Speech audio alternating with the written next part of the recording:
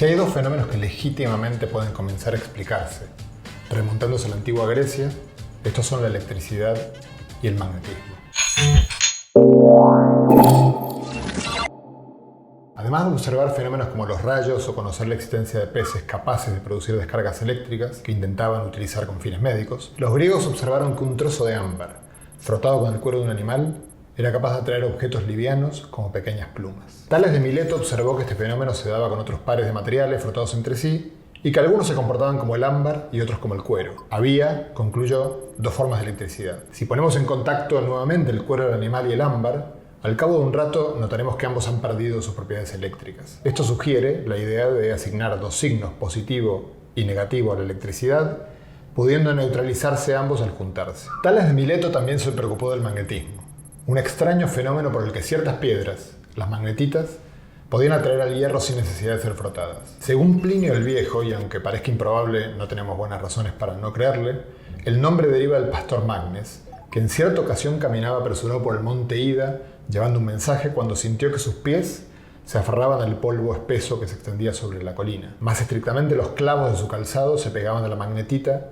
que cubría el terreno. Pasaron más de 2 milenios para que Benjamin Franklin, un devoto lector de Plinio el Viejo, volviera sobre estos asuntos y comprendiera que, dado que la electricidad siempre demandaba frotamientos, lo que seguramente estaba ocurriendo era que una sustancia invisible pasaba de un cuerpo al otro, del cuero del animal al ámbar, por ejemplo, provocando un exceso de esa sustancia del ámbar y un defecto en el cuero. A esta sustancia la llamaremos de momento carga negativa. En ciertos materiales se la puede poner en movimiento utilizando un dispositivo inventado por Alessandro Volta, la pila o batería, y al torrente de cargas en movimiento lo llamaremos corriente eléctrica. Hay un aspecto del magnetismo que hoy, con la proliferación de publicidad imantada que adorna nuestras neveras, nos debería resultar muy familiar. Todos los imanes tienen dos polos, a los que llamamos norte y sur, inseparables. Si intentamos partirlo al medio, como por arte de magia resulta que cada mitad presenta nuevamente ambos polos. El propio planeta Tierra es un imán gigante y la brújula es el instrumento con el que podemos verificarlo. Si fuera posible separar los polos,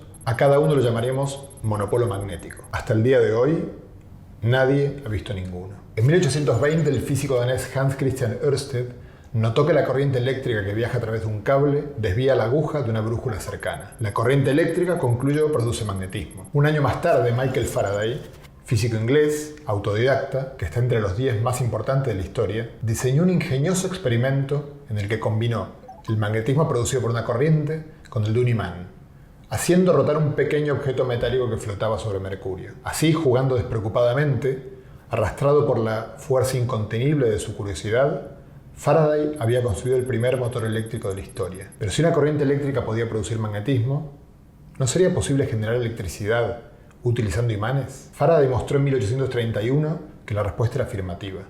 Si enrollamos un cable al que conectamos una pequeña lámpara, cuyo encendido nos revelará el paso de una corriente eléctrica, y acercamos un imán, podremos comprobar que la bombilla se enciende mientras el imán se aproxima o se aleja, pero se apaga apenas este deja de moverse. La frágil base matemática de Faraday le obligaba a entender la física en términos de gráficos. Observó que al espolvorear limaduras de hierro cerca de un imán, estas se alineaban y especuló que estas líneas invisibles tuvieran una existencia real, independiente de que se colocara algo sobre ellas. Las llamó campo magnético. Al mover el imán, pensó Faraday, la cantidad de líneas que atraviesan el cable cambia con el tiempo, lo que genera una corriente eléctrica a lo largo de este. William Gladstone, ministro de Finanzas británico, visitó a Faraday y le preguntó por la utilidad de su descubrimiento. No lo sé, sir, pero es probable que pronto puedan usted cobrar impuestos por él. Lo cierto es que la posibilidad de convertir movimiento en electricidad cambió la vida de nuestra especie.